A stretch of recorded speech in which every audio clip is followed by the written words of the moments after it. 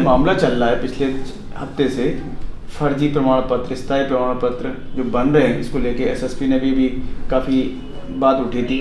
जो फैजान नाम का एक व्यक्ति है, तहसील का आरआई की तहसील में आरआई नवीस के पद पे है और उसने तमाम घोटाले कर दिए, तमाम लोगों के प्रमाण पत्र बना दिए, उसको लेके क्या क्लियरिफिकेशन? मेरे द्वारा यहाँ पर तहसीलदार हल्द्वानी के पद पे ज्वाइनिंग की गई थी और लगातार कुछ जब प्रमाण पत्रों की जांच की गई तो कुछ फर्जीवाड़े पाए जा रहे थे, जिस पर एक प्रकरण माननीय आयुक्त महोदय के यहाँ सूचित था, जिसमें जांच के दौरान ये पता लगा कि एक व्यक्ति है फैजान करके, वो अपना एक सीएससी का संचालन करते हैं। जब पता किया कि आप अपनी सीएससी आईडी और सब कुछ उपलब्ध कराएं तो वो कोई भी कागज़ उपलब्ध कराए देने में असमर्थ रहे और देखा ये गया कि उनके द्वारा कोई व्यक्ति का डॉक्यूमेंट बनाना है तो उसकी सिटीजन लॉगिन आईडी क्रिएट करते हुए अन्य लोगों के आवेदन किए गए और किसी अन्य व्यक्ति के सेम नाम के सेम वलीयत के कागज़ किसी दूसरे के उसमें अप्लाई करते उसके डॉक्यूमेंट फर्जी तरीके से वो प्रमाण पत्र जारी करवा दिया। तत्काल संज्ञान लेते हुए ऐसे प्रमाण पत्र को तुरंत यहाँ से मेरे स्तर से निरस्त किया गया और माननीय आयुक्त महोदय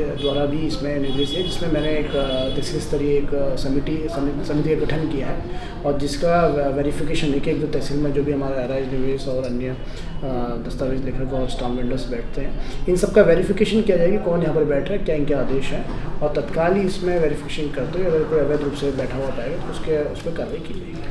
कुलदीप जी, एक आशंका ये भी तो जताई जा रही है क्योंकि लंबे समय से कर रहा था, मेरे ख्याल से सालों हो गए थे, तो उसने कई बना दिए होंगे उसको चूँकि इसकी कोई ऐसी आईडी तो है नहीं, अपनी कभी सीएससी आईडी की है नहीं, तो ये बताया जाना संभव नहीं है कि उसके द्वारा कितने प्रमाण पत्र बनाए होंगे, परंतु उससे पूछताछ करते हुए लगातार हम पिछले इस क्षेत्र में जितने भी डॉक्यूमेंट जारी हुए हैं उन सबको स्कैन करते हुए रडार में रखते हुए उन सबकी जाँच पुनः करेगा। कोई भी यदि फर्जी प्रमाण पत्र पाया जाएगा तो उसको तत्काल उसका निस्तीकरण करेंगे। सर, एक आखिरी सवाल, इसको लेके आप लोग चेकिंग अभियान चला रहे हैं क्या, और फर्जी ना बैठा हो इसको लेके, मतलब हाँ, ये एक बार चेक होगा तहसील कैंपस के अंदर क्या कोई फर्जी व्यक्ति किसी प्रकार से अन्य रूप से तो अंदर निवास नहीं कर रहा है या अन्य कोई फर्जी आईडी लेके तो नहीं बैठा है, तो उसका एक सत्यापन ड्राइव हमारे द्वारा की जानी, जिसमें सिटी मजिस्ट्रेट साहब, एसडीएम साहब और तहसील स्तरीय 10 लोगों की समिति बनाएगी, जिसमें एक एक के कागज़ और एक एक के डॉक्यूमेंट्स उसको वेरीफाई किया जाएगा। अगर फर्जी डॉक्यूमेंट पाए जाते हैं तो संबंधित पर कार्रवाई भी की जाएगी। सर, कि अंदाजन हम मतलब एक जानकारी के लिए चाह रहे थे, मतलब कितना यहाँ पे आरआई निवेश होंगे?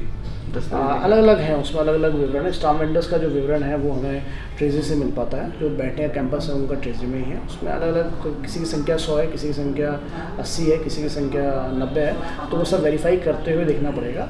और ये भी सुनने में आ रहा है कि कई लोग क्या कहते हैं, उनका वेरिफिकेशन तो यहाँ तहसील में बैठने का, पर तो यहाँ ना बैठे कहीं और बाहर बैठ रहे हैं। अच्छा सर, एक मतलब ये टेक्निकल बात, मतलब इन लोगों को क्या क्वालिफिकेशन और क्या मतलब इनका मापदंड रहता है कि वो तहसील में बैठ जाएँ, आरआई निवेश और इस तरह का काम कर सके? सीट की वैकेंसी के अकॉर्डिंग और कैंपस की सीट के अनुसार, और यदि ये आवेदन करते हैं और पढ़े लिखे हैं और तो इनको सबके अनुसार इनको आवेदन प्राप्त हो जाता है। ऐसे पब्लिक नोटरी होते हैं, नोटरी वो डीजे साहब के यहाँ से हम रिपोर्ट बनाते हैं, शासन को जाते हैं और डिस्ट्रिक्ट जज साहब जो हमारे रहते हैं उनके आदेश के क्रम में इनको लाइसेंस प्राप्त होता है और फिर ये अपना बैठना सुनिश्चित करते हैं, जो हमारे पब्लिक नोटरी होते हैं। स्टाम्प वेंडर्स के लिए जिलाधिकारी महोदय से अनुमति प्राप्त लेने के उपरांत इनको एक लाइसेंस निर्गत होता है और उसके उपरांत ही हम इनको बैठने का स्थान देते हैं।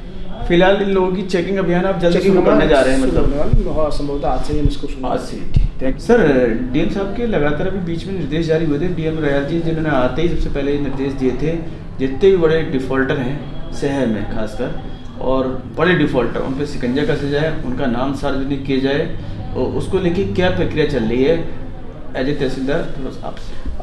माननीय हमारे जिलाधिकारी महोदय द्वारा लगातार समीक्षा बैठक की जा रही है और उनके द्वारा स्पष्ट निर्देश दिए गए हैं कि जो हमारे बड़े बकायेदार हैं, देनदार हैं, जिनके द्वारा बैंक से या अन्य किसी माध्यम से उनको पैसे समय पे नहीं देते हैं, उनकी आरसी कट के हम पे आते हैं और हम उनके वसूली का जो एक हमारा एक रोल रहता है वसूलने का पैसा, ऐसे सभी बकायेदारों को चिन्हित करते हुए उन सबके बड़े बकायेदारों की सूची सभी कार्यालयों में उनके नोटिस बोर्ड पर चस्पा करने हेतु निर्देश दिया गया, जिस पर हमारे द्वारा लिस्ट बनाकर इन सभी कार्यालयों को प्रेषित किया जा रहा है और वो वहाँ पर चस्पे भी किए जाएंगे। हमारे तहसील के नोटिस बोर्ड में पहले से ही चस्पा रहते हैं, बड़े बकायेदारों की सूची लगे रहती है।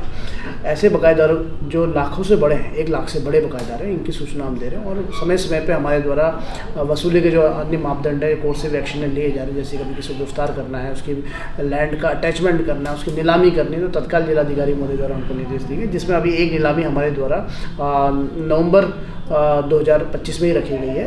बड़े बकायेदार हैं। मैं मैसेज धनंजय गिरी। कितने देनदार हैं सर ये अभी, मतलब जो बड़े देनदार आपने जो 10 की लिस्ट 10 हैं, तो 10 नाम बता दीजिए सर। मैं आपको नाम बता दूँ। मैसेज धनंजय गिरी एवं नरेंद्र देव, अमनजोत सिंह पुत्र रविंदर सिंह, मोहिनी सक्सेना पत्नी अरविंद सक्सेना, राजेश पंत पुत्र Shankar Dutt Pant, Golju infrastructure opposite PC private limited हाना सुभाष नगर, गोपाल दत्त त्रिलोचन ग्राम देवला मल्ला विजयपुर, धनंजय गिरी कॉन्ट्रैक्टर सुभाष नगर, सरला नागपाल पत्नी कुलवंत नागपाल निवासी Kathgodam, messrs Baijnath stone industries, Bhagwati Bisht पत्नी मोहिनी सिंह निवासी मल्लापुर। तो ये हमारे 10 बड़े बकायेदार हैं जो 1 लाख से ऊपर के, करोड़ों की इनकी देनदारी है। करोड़ों की सर जी। एक ही आरसी हमारी जो मैसेज धनंजय गिरी उनकी 3 करोड़ से ऊपर की है। अरे ये पेंडिंग कब से चल रहे हैं मामले? ये इसी वर्ष की इसी वर्ष से पेंडिंग चल रहे हैं। एक वित्तीय वर्ष में हमको वसूलना होता है और जो नहीं वसूल पाते वो नेक्स्ट ईयर चले जाती है।